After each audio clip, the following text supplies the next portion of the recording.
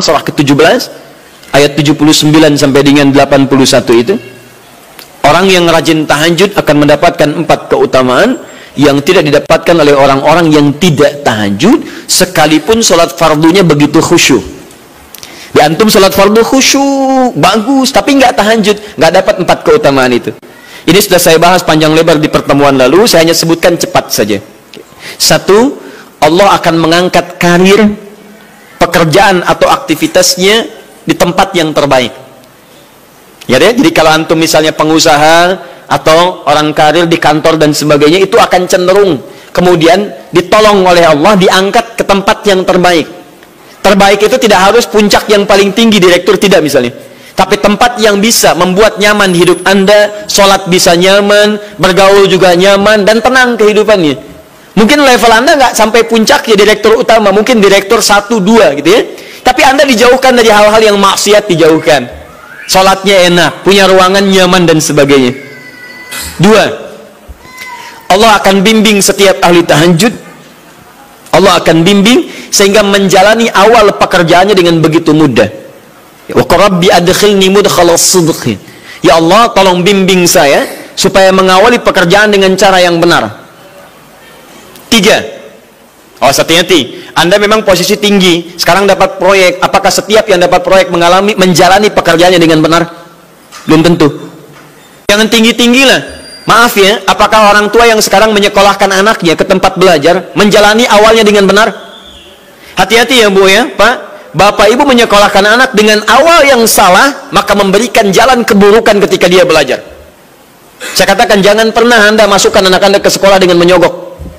Bayar sekian supaya masuk, menyalahi aturan. Kalau awalnya sudah salah, bagaimana anak Anda bisa belajar dengan benar? Mustahil mendapatkan sesuatu yang tidak baik. Yang baik itu mustahil didapatkan.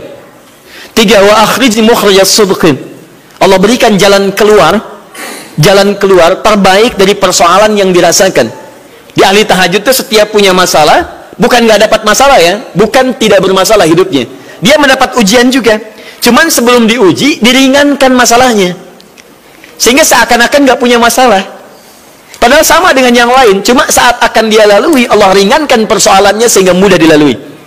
Dan yang keempat ini yang hebat ya, waj'alni min ladunka sultanan nasira, Allah akan tolong langsung orang ini ketika ada lingkungan sekitar yang akan menyakiti atau menjahilinya. Kalau diisengi orang, diganggu orang dan sebagainya, ini orang-orang seperti ini langsung mendapatkan perlindungan dari Allah Subhanahu wa taala. Ada satu kali, ini kisah nyata, seorang saleh ahli tahajud, sampai saking ahli tahajudnya tidak ingin meninggalkan kebiasaan ini. Ini sangat nyata kisahnya dan tidak mengarang. Satu kali Pak, kemudian malam-malam dia perjalanan dengan rombongan. Begitu perjalanan, orang-orang tidur, sampai dia mengendap-endap, kebiasaannya tidak ingin diketahui oleh orang lain. Satu malam kemudian, dia bangun setelah orang lain tidur, masuk dia sedikit ke area sedikit ada dalam hutan. Begitu sedang menunaikan sholat, dia duga kemudian tidak ada orang lain yang melihatnya. Ternyata ada satu orang atau beberapa yang kemudian tergerak, mendengar suara dan menyaksikan kebiasaan dia. Anda tahu apa yang terjadi? Dan inilah yang disampaikan oleh orang-orang yang melihat itu. Begitu sedang sholat, teman-teman sekalian, tiba-tiba baru bertakbir malamnya, lompatlah dikisahkan seekor harimau di depannya, dalam keadaan yang sudah lapar. Saya mau tanya pada Bapak Ibu, begitu sholat misalnya Allahu Akbar, tiba-tiba samping ada harimau, wow, apa yang dilakukan? Kabur. Nah, gak panjang pikirnya, kabur ya kan? Sekarang lihat apa yang beliau sampaikan. Begitu datang harimau itu, perhatikan ahli tahajud ini, dia ingat dengan janji Allah. Dia ingat dengan janji Allah. Perhatikan baik-baik ya. Kalau Anda sudah punya kebiasaan Qur'ani dalam jiwa Anda, maka ayat itu akan hadir membimbing Anda dalam setiap kesulitan Anda. Apapun itu. Nabi Yusuf dekat dengan Allah, ketika digoda muncul ayatnya. Laula arra'a burhana rabbi, kalau bukan melihat petunjuk dari Rabbnya, niscaya ada sesuatu yang buruk terjadi kepadanya. Tapi Allah jaga beliau. Lihat baik-baik teman-teman. Begitu melompat harimau itu, kemudian dia katakan dalam jiwanya, lihat kalimatnya, ya khalqallah, hei makhluk Allah. Dia tidak katakan ya namar, hei harimau, tidak. Kalau disebutkan harimaunya menunjuk pada zatnya, tapi dia lekatkan makhluk ini kepada penciptanya, hei makhluk Allah. Ya khalqallah, hei makhluk Allah. Jika saya memang rizki yang telah Allah tetapkan untukmu pada saat ini, maka saya ridho untuk engkau makan, silakan, tidak ada masalah. Kalau Allah tetapkan saya sebagai rizki untukmu pada saat ini, silakan. Tapi kalau saya bukan menjadi rizki yang telah Allah tetapkan untukmu pada saat ini, maka jangan coba-coba ganggu ibadahku hari ini. Lihat kalimatnya, bukan jangan makan aku. Ingat, bukan jangan makan aku. Jangan coba-coba ganggu ibadahku saat ini, atau aku akan mohonkan pada Allah penciptamu untuk menghancurkan engkau saat ini juga. Perhatikan, dia minta jangan ganggu tahajudnya, bukan jangan makan dirinya.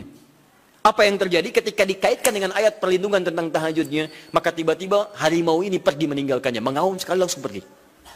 Anda bisa bayangkan, bisa nggak malam-malam begitu Anda sholat, tiba-tiba ada nyamuk misalnya, kan banyak tuh.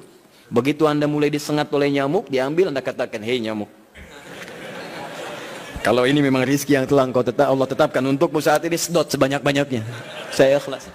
Tapi kalau bukan, jangan coba-coba ganggu saya. Atau saya mohonkan kepada Allah pencipta untuk menghancurkan engkau saat ini juga. Masya Allah. Kira-kira apa reaksi nyamuk? Makin banyak kayaknya. Coba cek. Berarti chemistry-nya harus lebih dibangun lagi. Tingkatkan. Itu waj'alni min ladunka sultanan nasara.